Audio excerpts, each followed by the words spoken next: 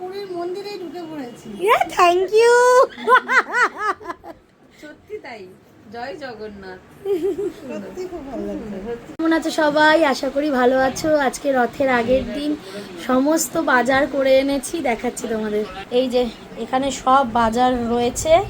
এখানে এর ভেতরে সব মানে আর কি জিনিস ভর্তি। ঠিক আছে, এগুলো তো এখন তুলতে পারবো না।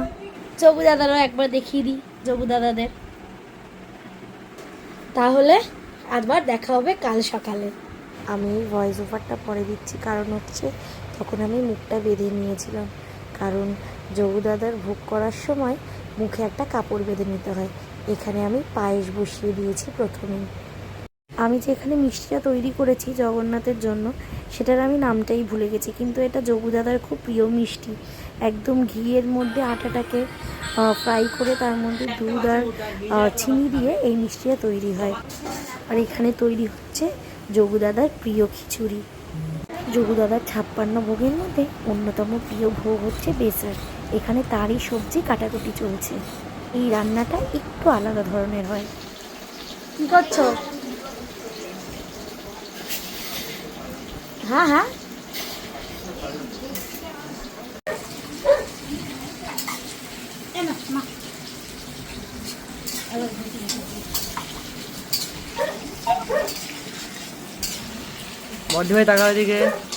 রান্নাবান্না আমার এখানে প্রায় শেষের দিকে। বেসারের জন্য সমস্ত সবজি কাটা হয়ে গেছে। এবার আমি বেসার বসাবো। বেসারটা বসানোর আগে আমি কণিকা ভোগটা বসিয়ে দিয়েছি, কারণ জবু দাদার ভোগে এই কণিকা ভোগ না থাকলে সেই ভোগ কিন্তু অসম্পূর্ণ।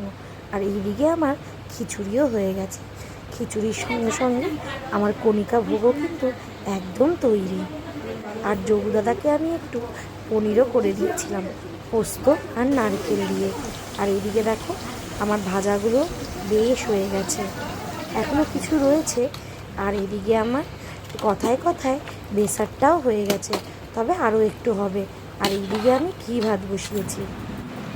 এদিকে আমাদের গোপুসোনাকে কেমন সাজিয়েছি দেখো। আর এই হলো আমার মা লক্ষ্মী আর নারায়ণ। সাজার পর জগা দাদাকে কেমন লাগছে, মানে তিনজনকেই কেমন লাগছে, জগন্নাথ, বলরাম, সুভদ্রাকে, এবারে তোমাদেরকে দেখাবো। এই হলো আমার জগু দাদা, এই হলো আমার শুভা দিদি, আর এই হলো বলা দাদা। এই যে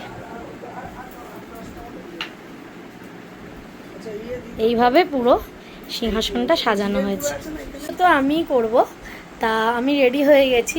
যতই হোক পুজো বলে কথা, তা দেখাই যে জগু দাদাকে কী কী ভোগ দিয়েছি।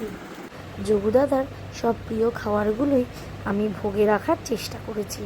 তার মধ্যে প্রথমেই হলো কণিকা ভোগ, তারপরে রয়েছে পায়েস, ঘি ভাত, তারপরে রয়েছে বেসার, রয়েছে পোস্ত দিয়ে আর নারকেল দিয়ে একটা আলুর দম, আর একটা পনির পোস্ত আর নারকেল দিয়ে, আর রয়েছে 5 রকমের ভাজা, রাবড়ি, রসমালাই, চাটনি, মালপোয়া রয়েছে, তার সঙ্গে রয়েছে খিচুড়ি, জগু দাদার সব থেকে প্রিয় ফল কাঁঠাল, আম, আনারস, আর আটার ঘি দিয়ে যে মিষ্টিটা তৈরি করেছিলাম সেটা, যেটার আমি নাম ভুলে গেছি।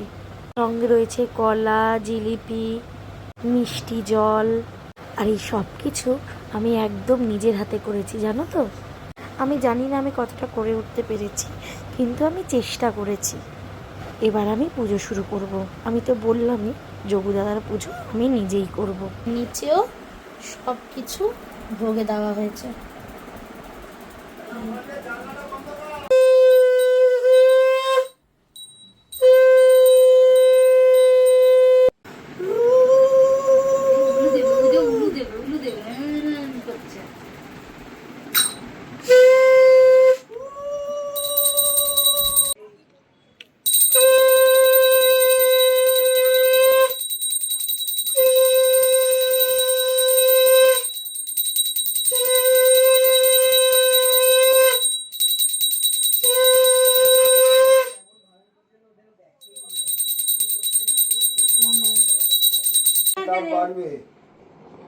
তাপ নিলে তাপ বাড়বে তো।